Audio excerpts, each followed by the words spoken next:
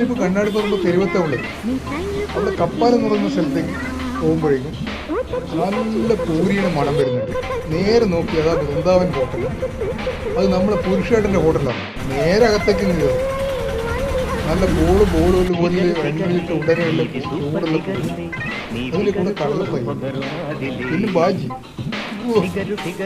അത് കൈകൾ പോകുന്ന ചൂടിനെ കഴിക്കാൻ ആദ്യം 2 പൂരി കഴിക്കുക. അതിന് ശേഷം നമ്മുടെ പുരുഷേട്ടനെ കണ്ട് ഒന്ന് സുഖവിവരം തന്നെ അന്വേഷിക്കുക. നല്ല ബാജിയിൽ ഇതാണ് പുരുഷേട്ടൻ. ഹോട്ടലിലെങ്ങനെ നന്നായി പോകുന്നുണ്ട്. പുരുഷേട്ടൻ്റെ സത്യമായിട്ടാണ്. രണ്ടവരും നല്ല പെരുമാറ്റം. അപ്പോൾ രാവിലെ 5 മണിക്ക് ചായ അല്ലേ? പിന്നെ